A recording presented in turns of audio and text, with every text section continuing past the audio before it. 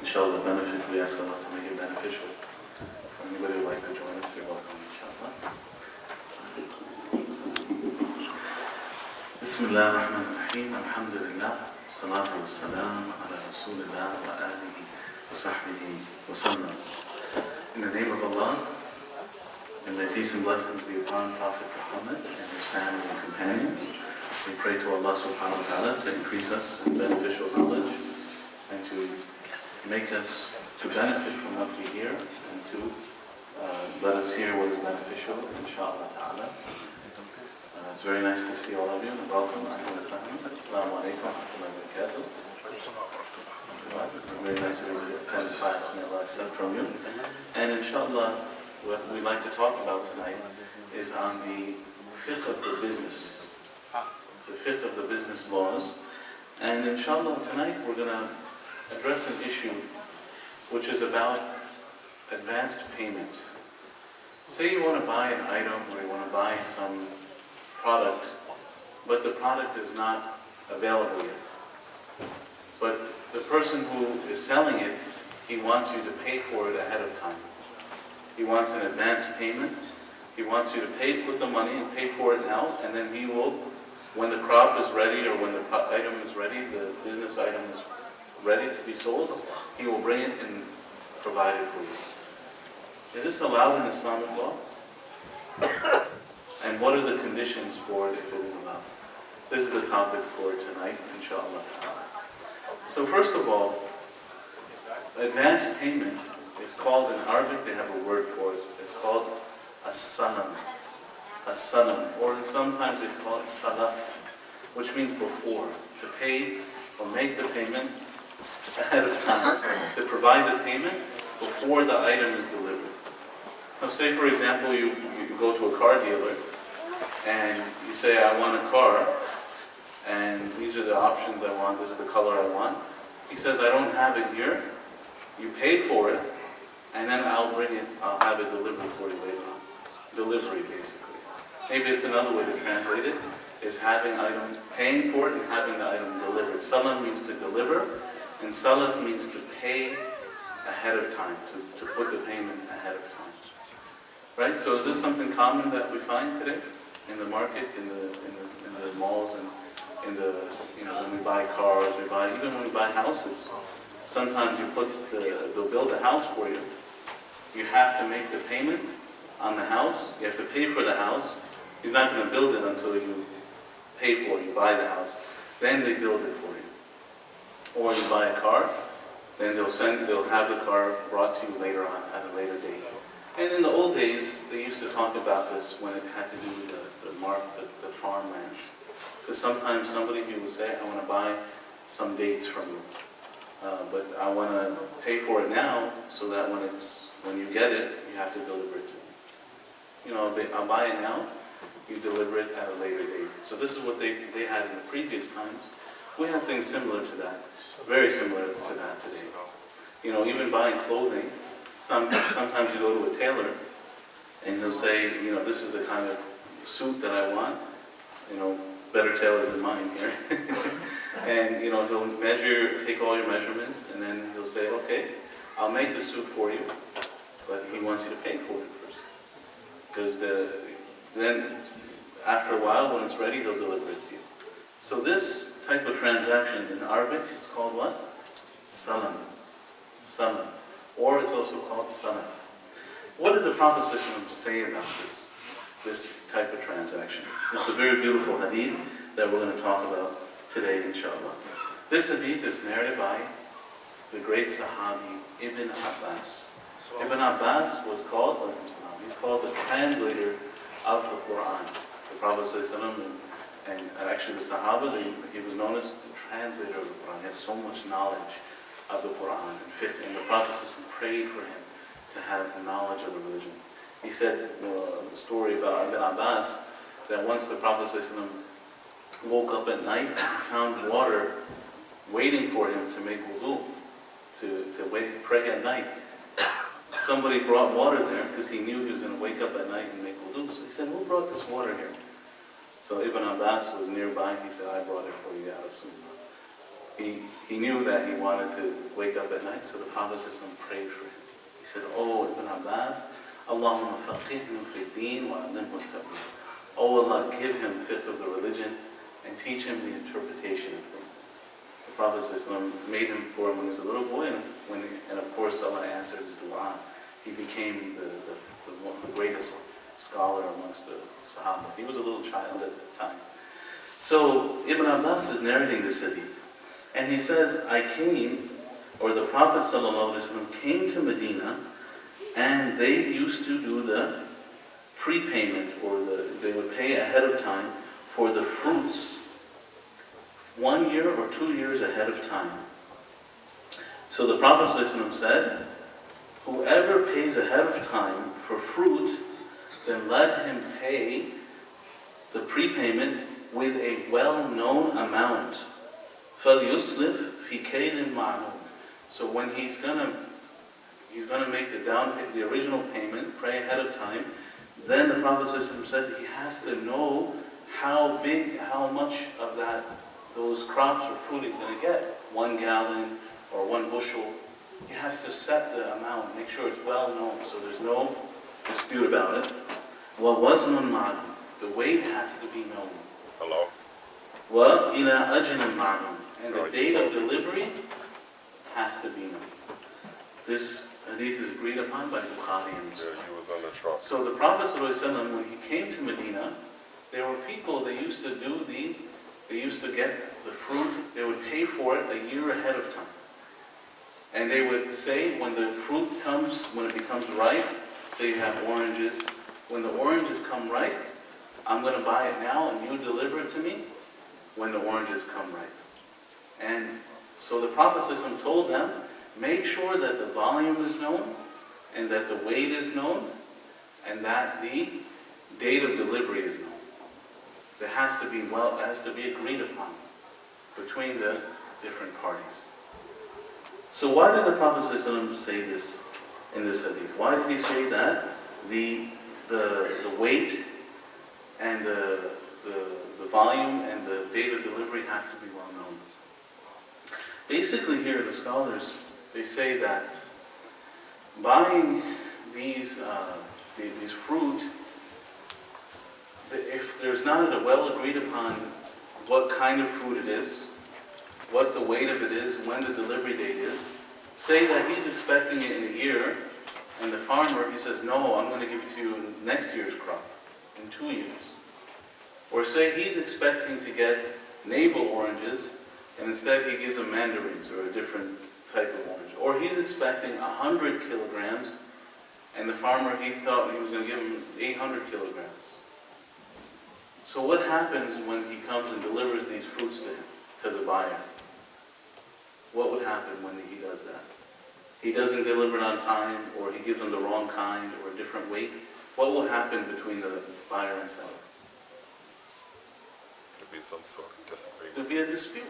There'll be an argument will take place. And maybe you've experienced this yourself. You hire somebody to do a job, and then halfway during the job or at the end of the job, he says, no, you say it was supposed to be this way. He says, no, it was supposed to be that way. And then a dispute arises. So here the Prophet ﷺ, he's teaching the Ummah. He says that when you pay for something ahead of time, make sure that everybody knows what you're getting, what you're agreeing to. You have to know the weight, you have to know the volume, you have to know when it's going to be delivered. If a brother here works, I don't know if I should mention, but say you have a flower shop. All right, so somebody, he says, I want to put an order in for, I have a wedding. I need 1,000 roses. And the wedding is next Saturday. So the day it comes for the delivery of the roses come a day late, the day after the wedding.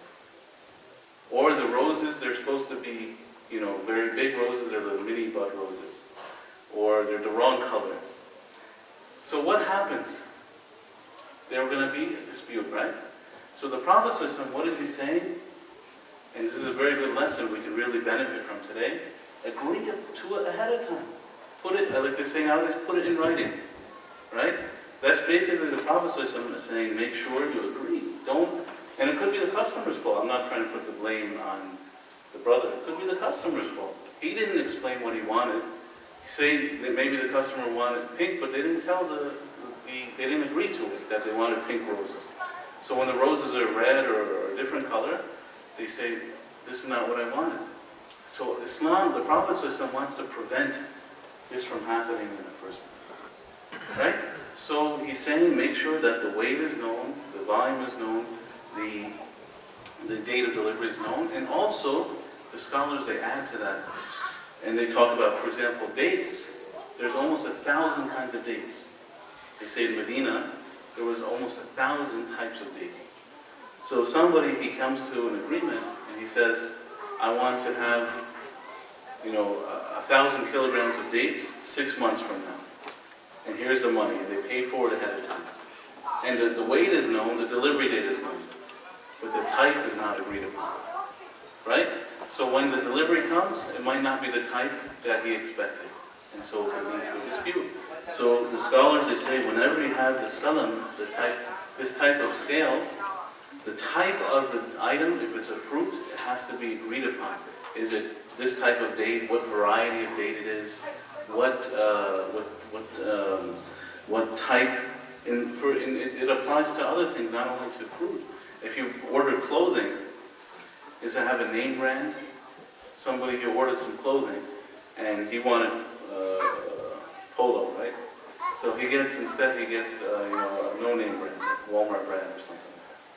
It's the same suit, the same color, the same size. Everything else is the same, but it's not the brand that he wanted. And if they didn't agree to it ahead of time, there might be a dispute. So even here, the scholars say the type of suit, when you're getting a suit made, what kind of cloth do you want? Do you want, what type of polyester? There's different types. What color? What size? It has to all be agreed upon. It has to be written down, the measurements. Not only that, they even say the stitching. Because when they stitch, they can put the threads closer together or further apart.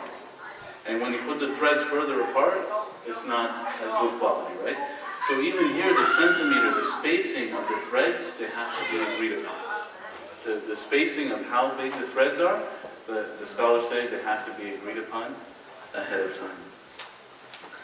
What's another example? In the example we mentioned about, say if somebody were to buy a car, then the year, the model, the color, everything has to be agreed upon when the sale takes place. When they pay the dealer, everything has to be written down. Nothing should be left open, because anything that could lead to disagreement later on has to be clarified at the time the contract is written. Anything that could lead to a dispute later on, the condition of salam, when we talk about, I don't have a marker here, there's certain conditions, but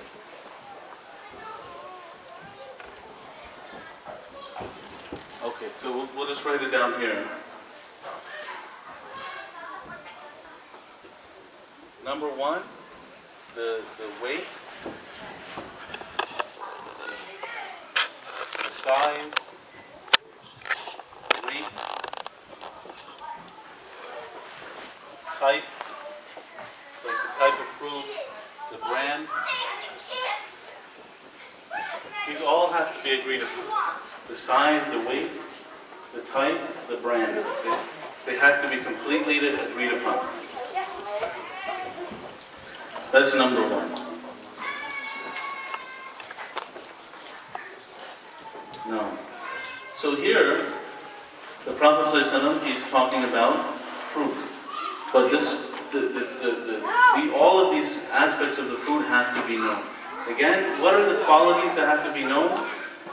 Anything that could lead to a disagreement later on. Anything that could lead to a disagreement later on. Okay. Alright. So, we have hundreds of types of dates. We have hundreds of brands of suits. So the brand name has to be known. And the size, the type, and even when you say, you have ounce, right?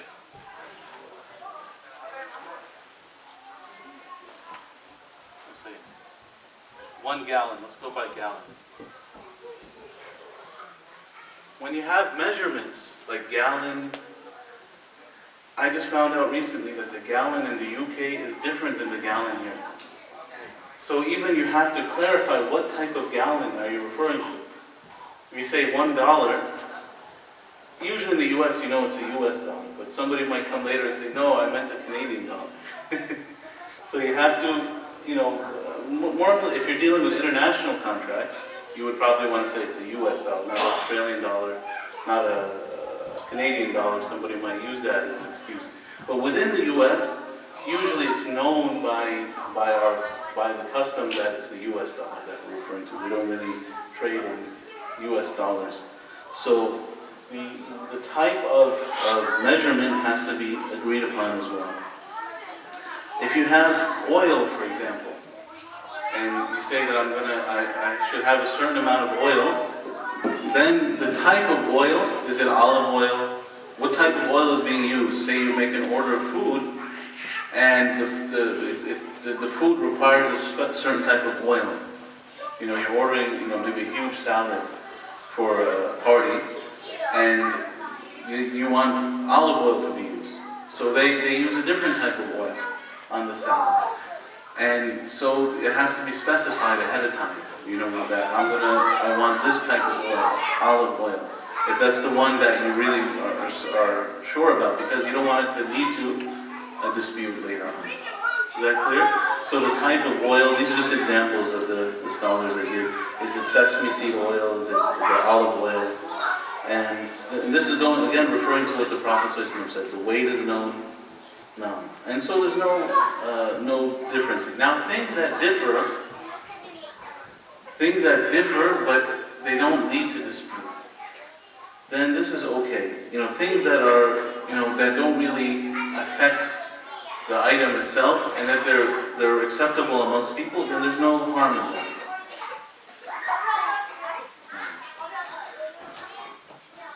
Okay, also here the scholars, they mention,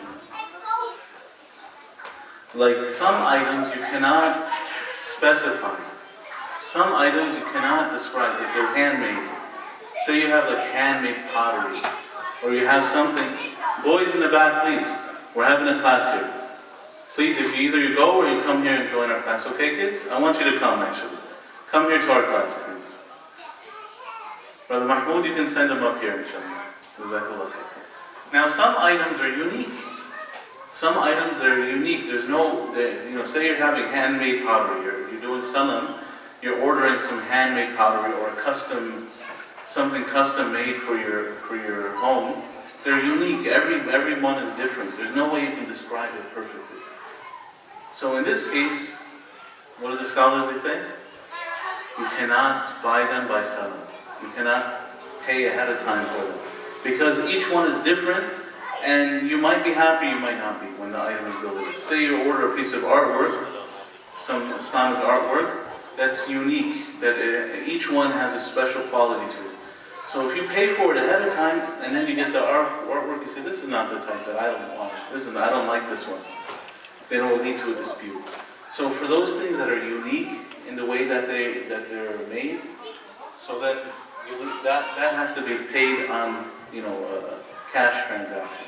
You can't pay for it ahead of time, right? Because there's certain things that are unique that you cannot describe according to the perfect dimensions and the perfect size and color and weight and everything. Say a diamond, for example, even. Diamonds, they say every diamond is unique, right? So if you want to order a diamond, you tell the jeweler, I want a diamond of certain carat weight, but when you get it, each diamond has, as the jewelers they say, they have unique qualities to it. So you might not be happy with that. So they say in this case, you should leave it till when he gets it. Then you look at it. If you like it, you buy it. If you don't like it, you're free to go. So that way you don't get stuck buying something that you end up you don't want. You see that? Does that make sense also? It makes a lot of sense. That you don't want to pay for something, you don't know if it's going to be the one that you want or not. So Islamic law, what does it teach us? Wait till the item comes, and then if you like it, you buy it. and if you don't like it, you can leave it. But the things that we can describe and mention all the qualities of it and clarify it, then these are the things we can pay for ahead of time and have it delivered afterwards. Inshallah. Another point here. So this is the dimensions and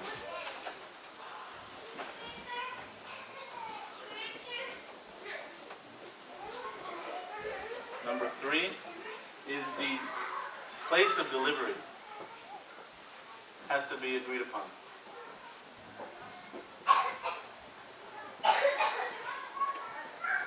The place of delivery, pardon my handwriting. The place of delivery has to be agreed upon. Say you order something from somebody. Apologize for the...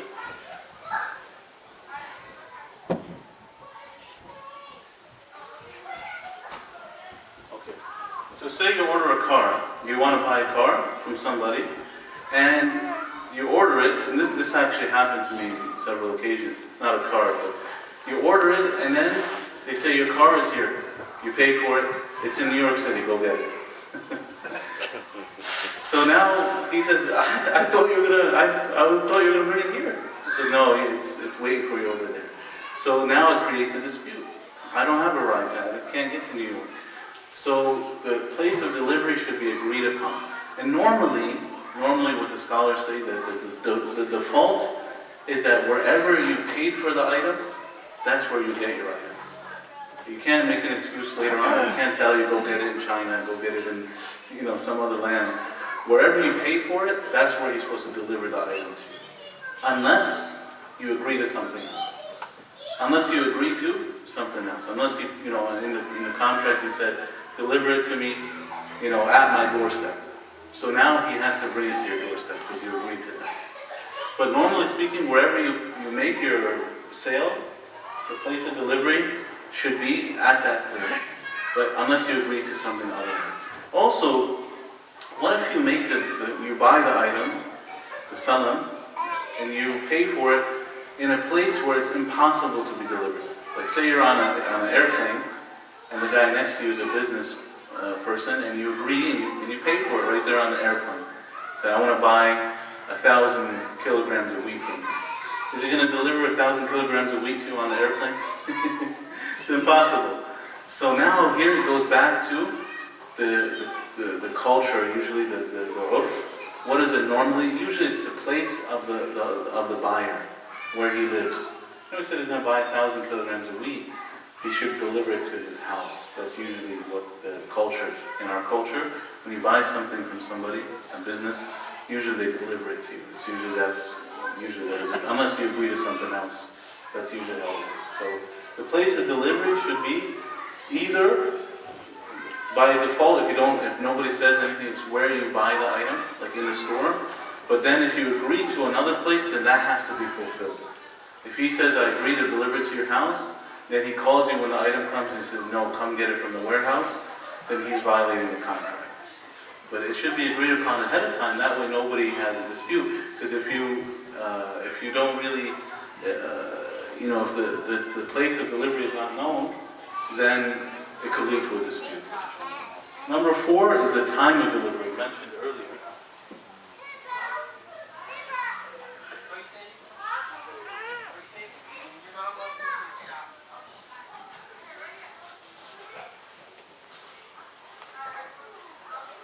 The time of the delivery has to be agreed upon. In the salam transaction, you cannot leave it open. You cannot just say, I'm going to pay for it now.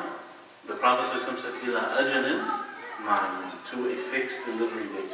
So the time of the delivery should be agreed upon. Because we can't just assume that everybody is going to be happy in that. Somebody might think he's expecting it in a week, and the seller says he's going to get it after a month. So they should agree it has to be a well-known time. If you're going to buy fruits, then the date of the harvest should be known. And that should be clarified ahead of time, inshallah.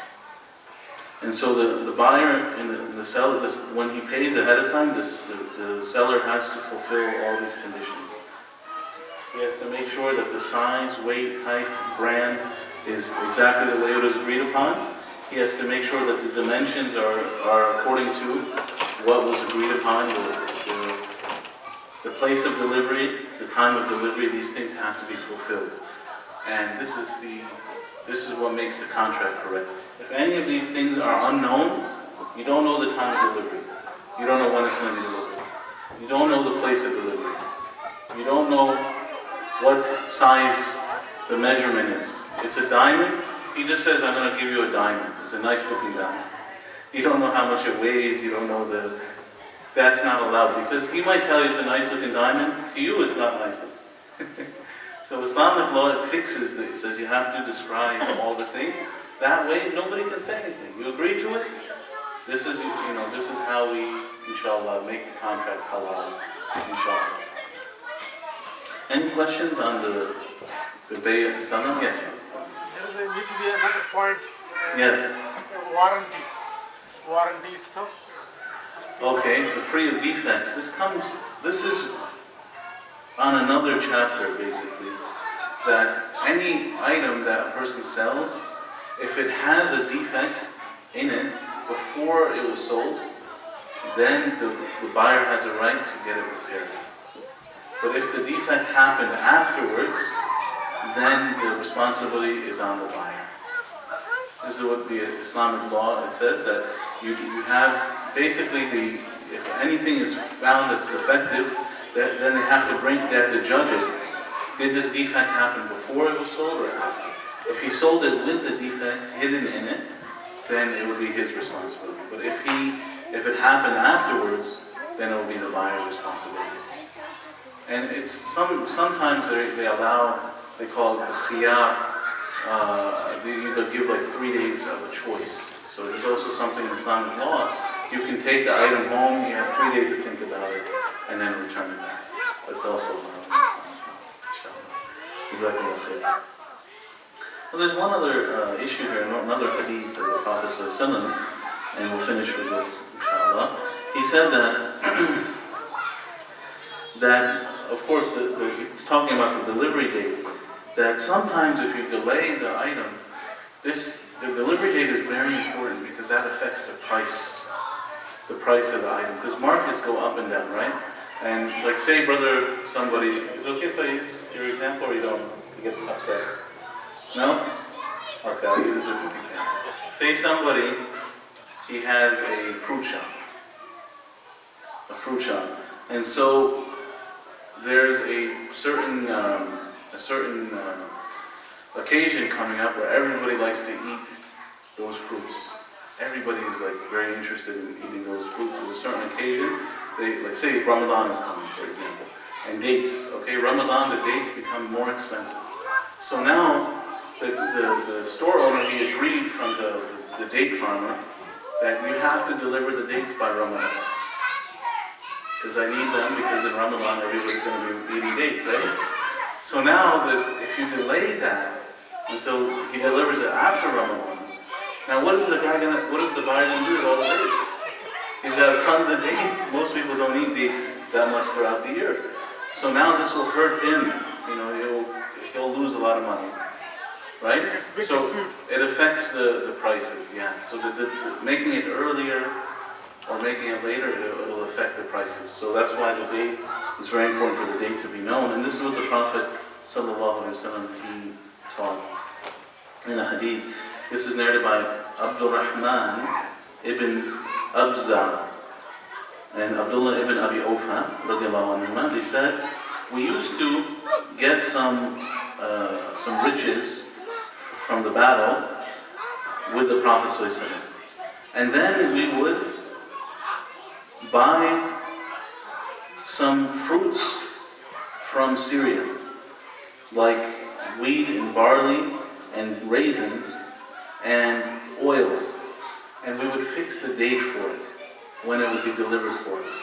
These two Sahaba, they said we had some money and we wanted to get some of the wheat and barley and date and raisins and oil from Syria. So we would pay for it ahead of time, and we would pay for it ahead of time, and they would deliver it to them from Syria. So then the narrator, he says, it was said to them, did you ask the people in Syria, do you have these items? Do you have these farms? And they said, no, we did not ask them about it. We did not ask them about it. And this is narrated by Imam Bukhari. Okay, so here basically the two Sahaba, they went and they said, we had some money that we gained and we ordered some food from Syria. In those days, these were very special foods you can only get from Syria. Some of these things, wheat and barley and rice and oil, special kind of oil, olive oil and things like that. So they said, we paid for it and they promised to deliver it later. So then the narrator asked them, did you ask them? Do they have it in Syria? Did you ask them, do you have farms where you grow this stuff? They said, no, we did not ask them. So here there's a very important point to learn from this. And he's saying this is when the Prophet was around. So they say that the point we learn from this is that when you prepay for something, when you pay ahead of time and have it delivered, it is not your business where they get it from. If they get it from farm X or farm Y, or they get it from a different source, or they buy it from another seller and then sell it to you, what matters in the end is that it fulfills these conditions. Where they get it from, that's not the buyer's right to know that. And in fact, it's haram if he says it has to come from a certain source. Like say a person has a farm, and he has different kinds of, he has apple trees. And so if he says, I'm going to pay ahead of time for the apples of this quality, green apples, they're 100 kilograms, they're this type, because there's so many, this type of apple, and I want it from this tree over here. That's haram, that's not allowed. Because the person who's selling the apples, he might not be able to get it from that tree. So now, if he's not able to get it from that tree, he can go to a different tree. His job is to deliver you what you ask for. It's not his job that you tell him you have to get it from this tree or this place or this farm. As long as it fulfills the conditions, then this is halal according to Sharia. But once you tell him you have to get it from a certain tree, then this is where it's not allowed in this kind of transaction, because you might be putting that person in a hardship. He might not be able to produce that item for you, and then he will be put in a place of hardship. So Islam requires that leeway be there for the seller. That he has the leeway to find his sources wherever he can get it from and give you the item. And that's his leeway, inshallah. And this is what the hadith tells us, that we don't need to ask, where they get it from, as long as it's what we want, inshallah, what we agreed upon ahead of time, inshallah. So you see the fairness in Islamic law, how fair it is. It's protecting the rights of the buyer, and it's also protecting the rights of the seller as well, inshallah. Because you never know, where, a lot of times as a store owner, you never know where you're going to get your item from. Somebody comes to you and he says, I want a particular shirt, and you might get it from China, but you might not be able to get it. So now, instead of creating a hardship for the seller, as long as it's of the quality and the material is known, then it's permissible, inshallah ta'ala. Okay, inshallah. We have one last topic, if you want to stay a couple more minutes, is that okay? It's a beautiful topic. I'm sure you'll really enjoy this hadith, inshallah.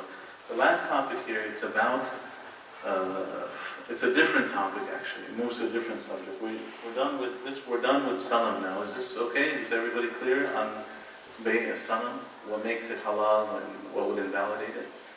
Everything has to be known basically ahead of time. That could lead to a dispute in the item, inshallah.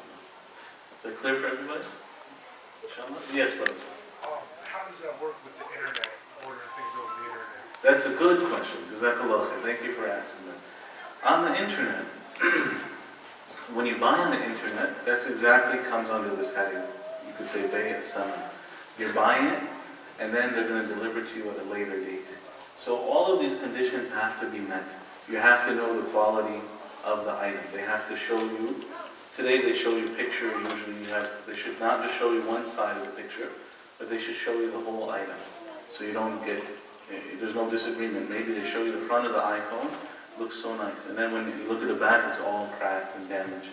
So they have, the item should be known what type it is. Is it iPhone 3? Is it iPhone 4? Is it iPhone 5? It has to be known the type, the brand name. It shouldn't be what they have in like some countries. They call it e-phone. It's an iPhone, but it's a different, some fake made. So it has to be the brand name should be known. And so if all these things are described, carefully, and the defects are pointed out, and the delivery date is agreed upon. This is also important, and there might be some leeway, plus or minus, but there should be roughly the delivery date. You don't order an item, and then you're expecting it in a week and they deliver to you a year later. This would not be allowed in Islamic law. The delivery date has to be agreed, has to be known. The place of delivery. So when you buy the item, either they'll tell you we're going to deliver it to you, or you have to come and pick it up from this place. But it has to be there at the time when you buy the item from the internet. So, and also, anything that could lead to dispute. So if all those things are clarified ahead of time, inshallah, then it will fulfill the conditions of Islam. Inshallah. Does that answer your question? Is that? Yes. Alhamdulillah. Okay, so the last topic, and I'm sure this is let me get beneficial for all of us. This topic is about fulfilling the debts or fulfilling the loans.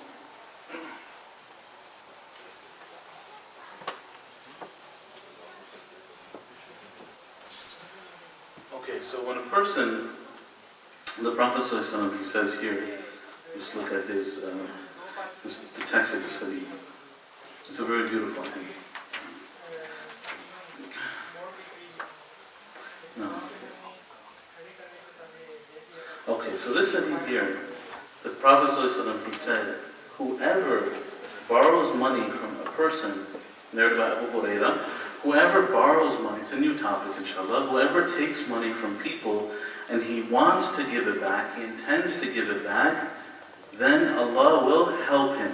Allah will repay it for him. And whoever takes the money from people and he wants to squander it, he doesn't want to give it back, then Allah will cause him to be squandered. Allah will cause him to be wasted.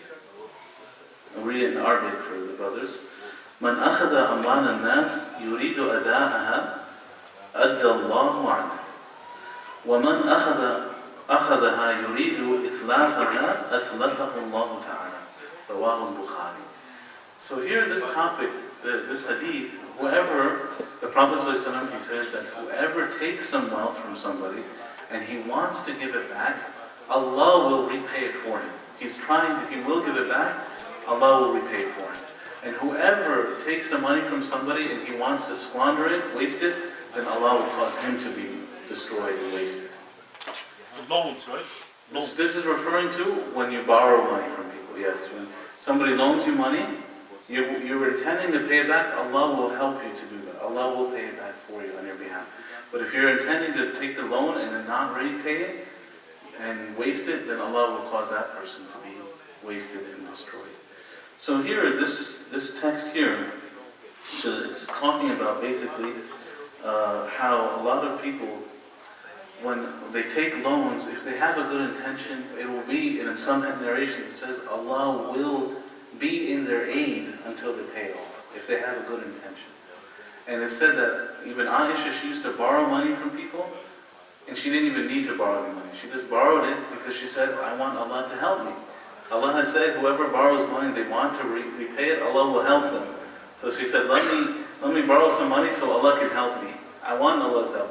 So she would borrow money just to fall under the hadith, that Allah's going to help them, help those people. So, and there's a story about this that is really amazing. There was a man, two business partners, and the man, he was traveling, he bought a lot of items from a foreign land, and he was short 1,000 dinar. So he went and he asked one of the rich people of the town, he said, can I borrow 1,000 dinar when I get back to my town, later on, I'm going to get the money and I'll come back and return it to you. He lived in a different land, he had to take a ship to get to his other land. So, the businessman, he gave him $1,000 as a loan, and the man who borrowed it, he had a sincere intention. He was an honest business person. He was a traveler, he was honest. So he took the money intending to give it back. He took the 1,000 dinars, he bought his items, and he returned to his home country. It was on a different land. He had to take a ship. So after the time came when it was due, he gathered up the 1,000 dinars and he went to the coast. He was waiting for the ship to come so he can go and return it to the owner. The ship never came. He came back the next day, waiting for a ship. No ship. Third day, fourth day, week. Weeks went by, months went by, no ships were coming anymore to go to that land. He said, Ya Allah, what am I going to do? I promised him I would return his debt, and I took Allah as a witness. I took Allah as a witness. When he took the loan, the man told him, who's going to be your cosigner? And he said, Allah is my kafil. That's what basically, Allah will take care of it. So now, what am I going to do? So he saw some wood by the ocean, and he put the 1,000 dinars inside the piece of wood.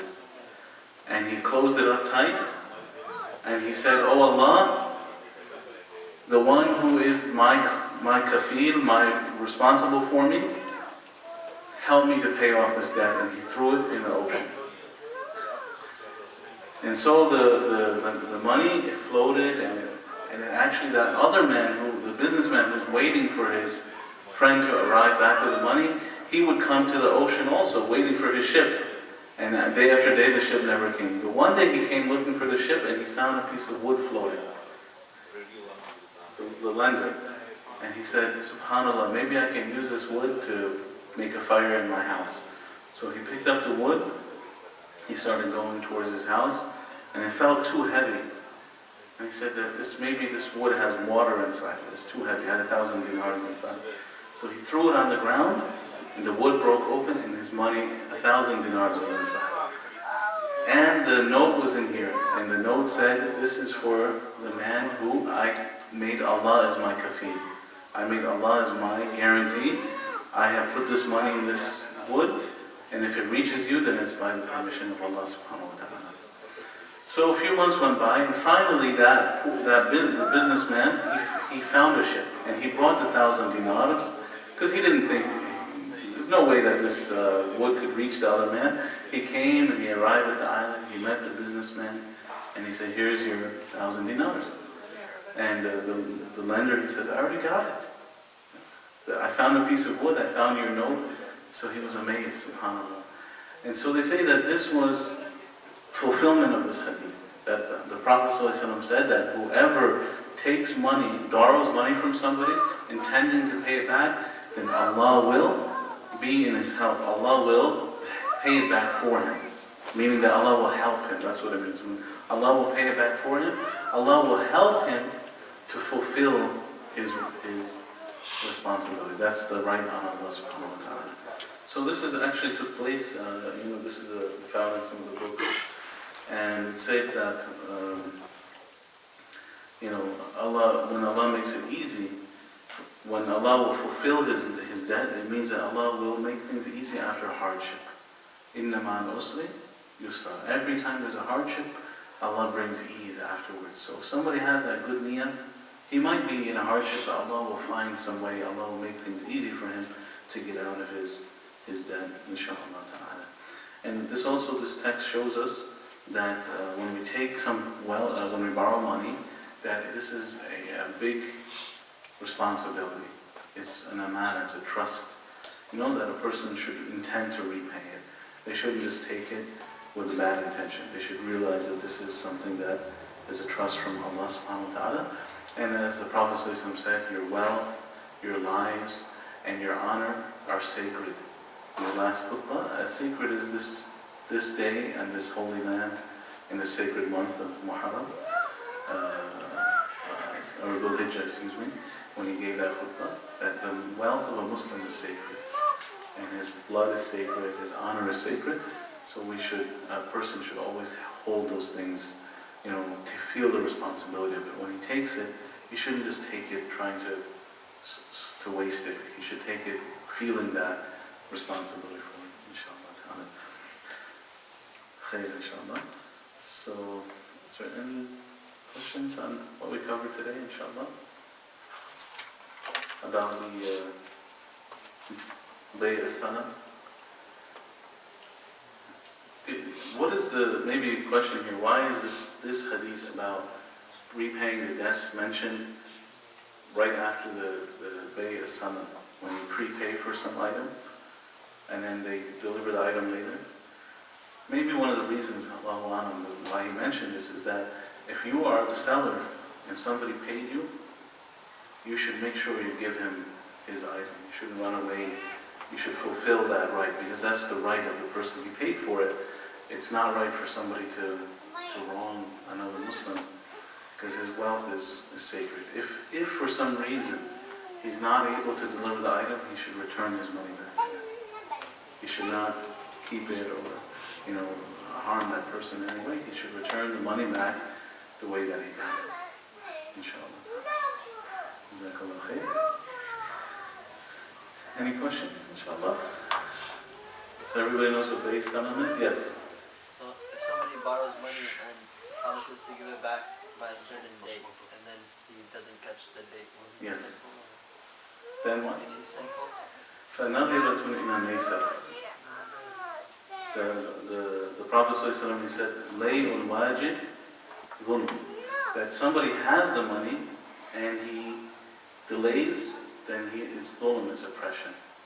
But then Allah said, but that's for the person who has the money. Somebody who doesn't have the money, فَإِنْ كَانَ ذُو عُسْرَةٍ فَنَظِرَةٌ إِلَى مَيْسَرٍ. Then Allah says if he's constrained, then you should wait, you should delay, you should give him more time. وَأَنْ تَصَدَّقُوا خَيْرٌ لَكُمْ. If you forgive him, that's even better. If the person really doesn't have the money, then give him more time or you forgive him. This is what Islam teaches. But if he doesn't have the money, then there's another text that says that a person, مَطْلُ الْغَنِي يَحِلُّ عِرْضُهُ that مَطْلُ الْغَنِي means a rich person, he keeps delaying, he doesn't pay back. He has a lot of money, but the person who needs it, that he borrowed the money from, he just keeps delaying it for no reason. So then, it makes his honor permissible, meaning that people can warn other people and say, don't do business with this person, don't lend him money, because he has the money and he's not paying people back. So that would be a sin. In that case, it would be sinful if he has the money, inshallah. Jazakallah khair. Good question. Very good question. Any other questions, inshallah? Yes, brother, mashallah. What if you need to borrow money and you can't borrow from anyone but a bank or one of those lending companies, and they charge you interest, which is haram, so what are you to do? Okay. If you need to borrow money, the question here is the word need. What is that need? Because needs are, depends, many people, they consider things that are needs or necessities, but they may not necessarily reach the level of what Sharia calls a necessity. In Sharia you have something called darura. Darura is like a matter that one's life or limb depends upon. If he doesn't get that thing, then he would lose one of his faculties, his seeing, his hearing. He'll lose a hand, he'll lose, his life. So then it becomes a necessity. So say if a person, he's in a desert and he doesn't have any food to eat, and the only thing there is a dead animal. So in this case, he's going to lose his life, he's allowed to eat the dead animal. But if he is in a local land where there's plenty of other food and there's a dead animal, he should go for what is halal. So the same way, that a person, depending on his, if he has a need, then, he should try to get a loan in a permissible way, from a non-interest loan, or he could do a partnership, or he could, do other types of Islamic transactions that allow, that he can finance things in an Islamic way. There's payment by installments. This is allowed in Islamic law. Paying by installments, like buying a car on an installment plan, buying a house on installments that are not based on interest. This would be allowed, inshallah. But what type of need do you have in mind for a person who needs a loan? To buy a house. To buy a house. Okay.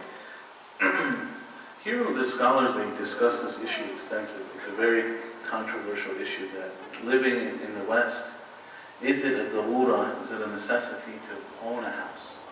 Or is there an alternative to that? Can somebody rent a house? Can somebody manage without buying a house? So the vast majority of scholars, they said that as long as a person is able to live by renting or finding another means, then there's not a necessity here to take an interest-based loan. And they can look for other modes of financing. They have Islamic financing, which is definitely better than the banks, going to the riba-based, interest-based banks. So one should try their best if they can, find an alternative way to get the house, inshallah. That would be best. And then the leeway, some scholars, they made a leeway. This is attributed to Yusuf al-Qaradawi, that if a person is in a great need, he has a big family, he can get a rental house, and a number of things, then they make a leeway for that. Some people have a lot of kids and they wouldn't be able to rent a house. Wherever they go, they refuse them. And so some scholars have made that leeway, but the majority, and definitely the more safer position, is to try to avoid that. If necessary, in a bind, then a person can try to use the Islamic financing. That will definitely be better than the regular banks. Yes? How about student loans? Student loans also, his brother Salah mentioned this question yesterday. I haven't found any scholars that say that taking a student loan is a necessity of life. Remember how darura, what is a darura, a necessity? Something, if you don't get it, you lose your body, you lose your life, you die, or you lose your limb, like an arm or leg or eye, or you lose one of your faculties, you lose your hearing, you lose your sight. This is what darura is. But today we made darura, everything's darura now. We need to have all these things. But in the Sharia, this is how the scholars have defined the darura. So a person, he has to judge himself. Usually what you look at in the college loans,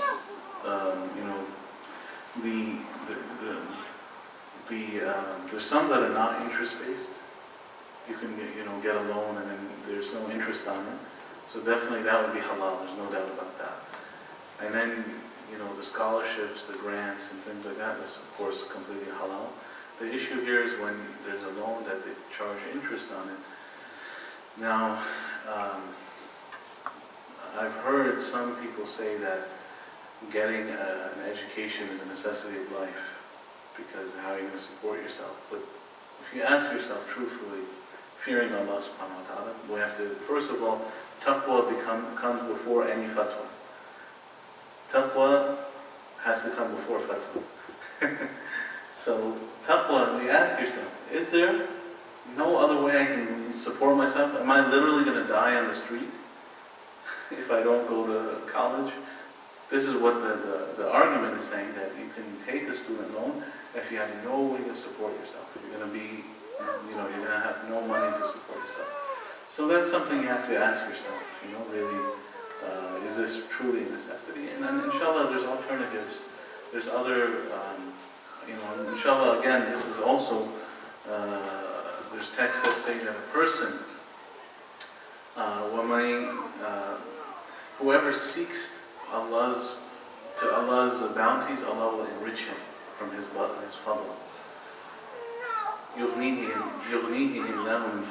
Whoever seeks Allah's wealth, Allah's rizq, Allah will take care of it. If you trust in Allah, I'm gonna try to do this because this is what is halal. Allah will enrich him with his bounties. Allah is so rich. He's the ghani, and we're in need of Allah, and He's the razaq. All of our risk comes from Allah. The problem happens when we think that our efforts produce our risk. This is why we fall into a lot of traps, a lot of problems in our life. Because we think that we don't have complete tawakkul on Allah, or we don't have complete trust in Allah. And when it comes to the dunya and the akhirah, the scholars say when the dunya and akhirah collide, there's a contradiction between dunya and akhirah. Which one do we choose? This life or the next life? If they contradict each other, which one do we have to choose? Next life. The akhirah. Yeah, we have to choose the next life. Sometimes it's going to contradict. There's no doubt. It's inevitable. I heard one of the scholars, they say that this dunya and the next life, the akhirah, is like a man with two wives. If you make one happy, the other one gets angry. This is because if you put all your effort in the dunya, you're going to lose out in the akhirah. And if you strive for the akhirah, you're going to lose something from the dunya. But you have to, of course, we try our best, we strive for the akhirah, we use the dunya to fulfill our needs. But it shouldn't be that the dunya becomes the controlling factor in our life. We have to take control of the dunya and use it to fulfill our needs. Yes, we get married, we don't become monks. And yes, we sleep part of the night, and Islam is a middle path, of course, between the Nasara and the Christians who they even abandoned, they became monks and they abandoned the dunya completely. This is not right. And also, it's not the other extreme where we try to get around the Sharia to get as much of the dunya as we like. So, beloved brother, honorable brother in Islam, I know that college age, everybody's so concerned about their dunya, their future. But remember, the greatest future is our akhirah. The greatest future is our next life. We try our best, and وَمَن يَتَّقِ اللَّهَ يَجْعَلْ لَهُ مَخْرَجًا. Whoever has the fear of Allah, Allah will give him a way out. وَيَرْزُقْهُ مِنْ حَيْثُ لَا يَحْتَسِبُ. Allah will give him his risk, but in a way he never expected. And Allah, and the Prophet says, whoever leaves something for the sake of Allah, Allah will replace it with something better. So Allah make it easy for all of the young brothers, inshallah. Yes, brother. Yeah, I have a question I borrow some money from other person, but when I have the money, I just try to return to him, and he's dead. He's not in life anymore. What should we do? You owe some money to a person, and that person passed away.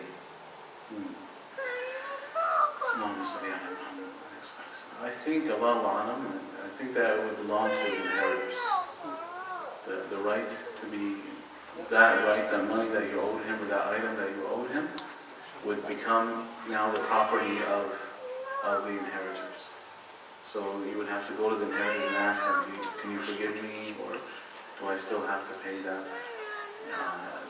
But the haqq remains even after death, as far as I know, inshallah. You can pass it out to the brothers. You can pass it to the brothers.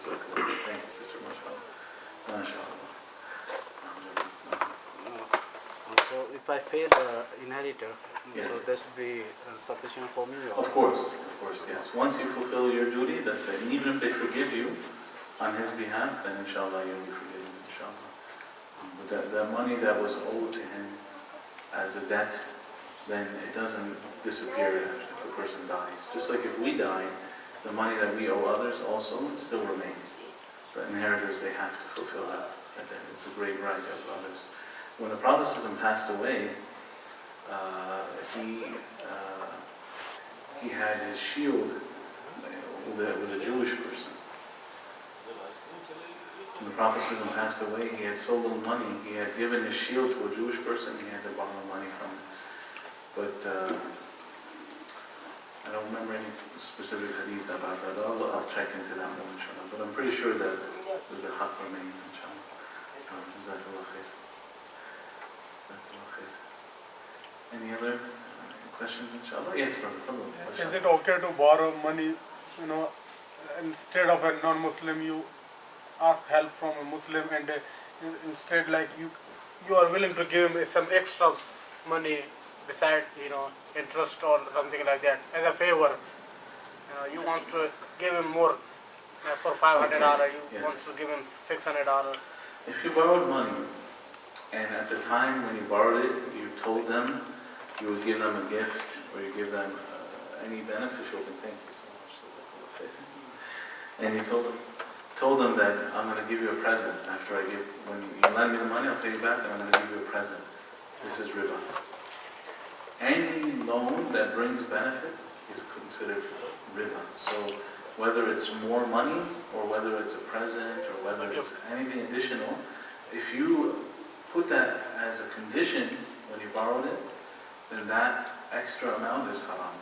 You can pay him back what you owe him, but then the extra amount, that's not allowed. But if you didn't make it a condition, he gave you the money and you feel happy that you want to give him a gift afterwards as a present, then this is okay. As a present, it's okay, but as a part of the loan itself, is not allowed. So if you feel like being nice to him afterwards, it's okay to do that. Yes, no problem. Yes. So, What if you take a loan from somebody and tell him you'll pay riba, and then later on say no, it's haram? So you trick him into giving you the loan back. You actually tricked him to do something haram, and then you are preventing him from doing anything that's haram. No, right? I mean, so are you, like, what if you put the condition, are you allowed to, you can't give the money? You're not allowed to give him the riba. No, you're not allowed to do that. The fact that you tricked him to do that, and he fell into that trick, he did something haram too. Because why is he accepting riba in the first place? So everybody here is doing many haram things. The lender, the borrower. In the end, everybody has to make tawbah. The lender, astaghfirullah, why did I give a loan based on riba? And the borrower, astaghfirullah, why did I trick him that I was going to pay him riba? At least he didn't do riba, but still, he shouldn't have even agreed to that condition, But then again, this is a realistic question, actually. This is a realistic question because,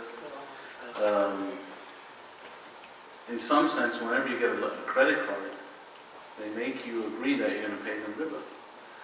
But you know that it's haram to pay riba. And by signing the contract, you're agreeing to pay them riba, and you know yourself that it's haram for you to do that.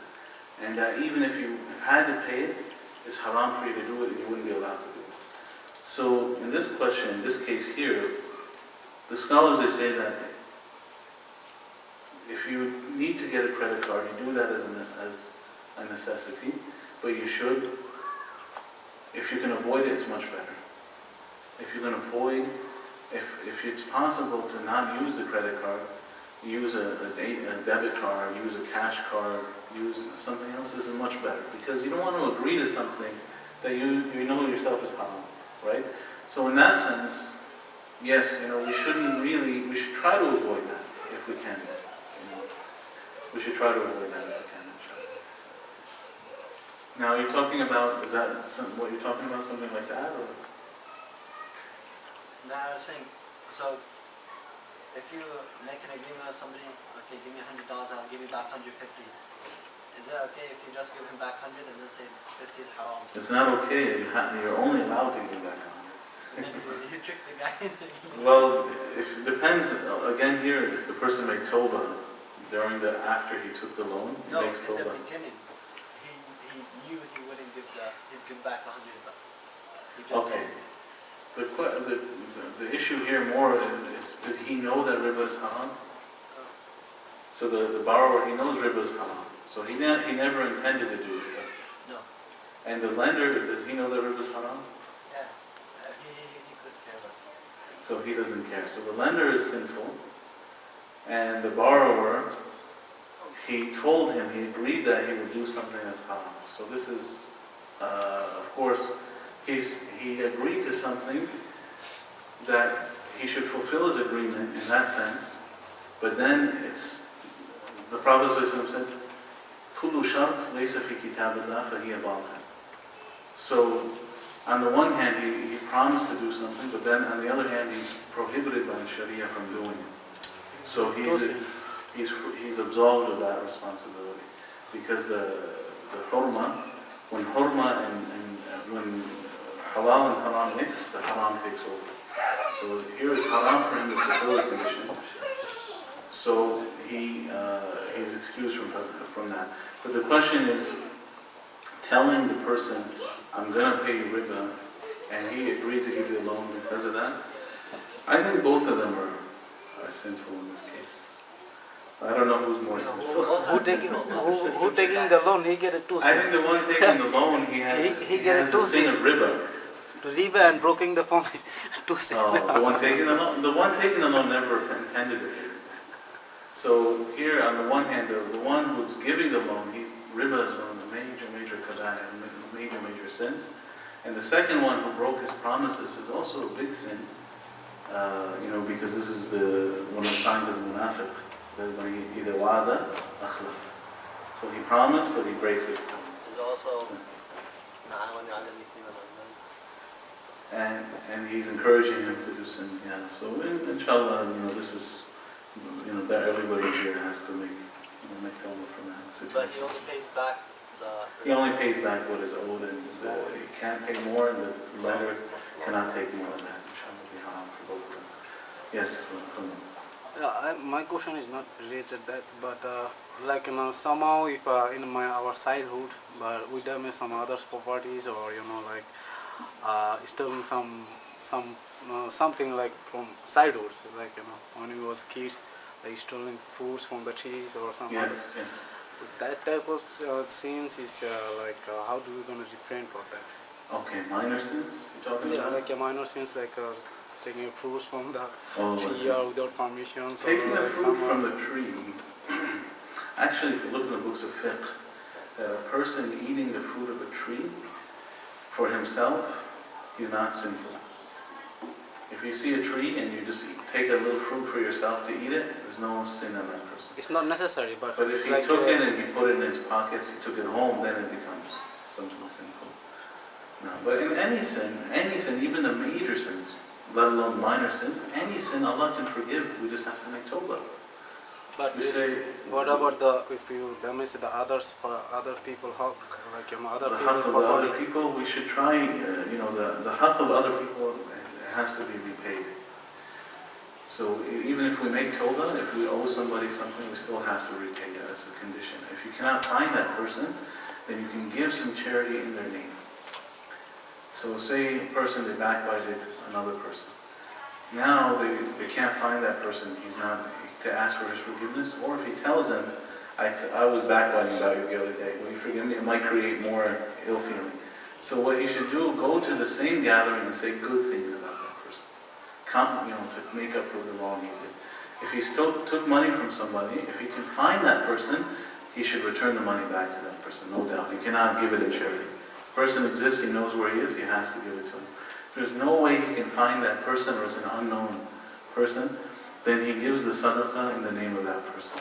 And inshallah, Allah will absolve him of this, and inshallah. Allah knows best, inshallah. But then you said if somebody was a kid, and a child doesn't have sins. So that's another thing. If you're below the age of puberty, inshallah, no sins. It would be the parents' responsibility, yes. So, if you lend somebody money and you want to make sure that they'll pay it back, like for example, I give somebody money, $100, I want to make sure he pays it back within a month.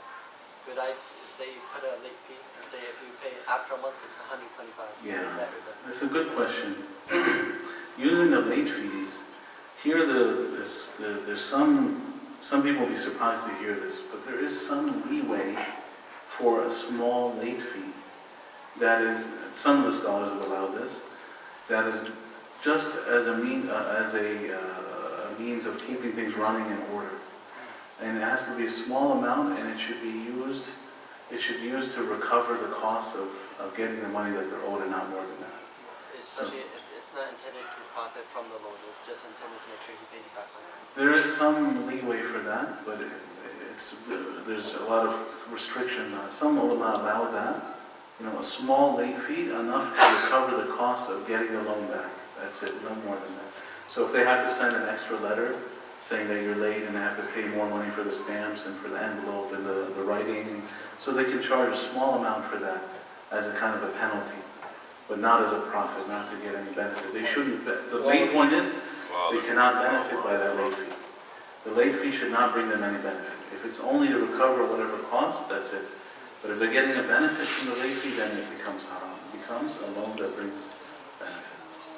And also some of the ulama say that if the person is in constrained circumstances, should not charge them any late fee. Because in kind of that if they're constrained, then they should give them more time. But if they have the money and they're just lazy, they're purposely delaying the loan because what's the harm? I'm not going to get penalized.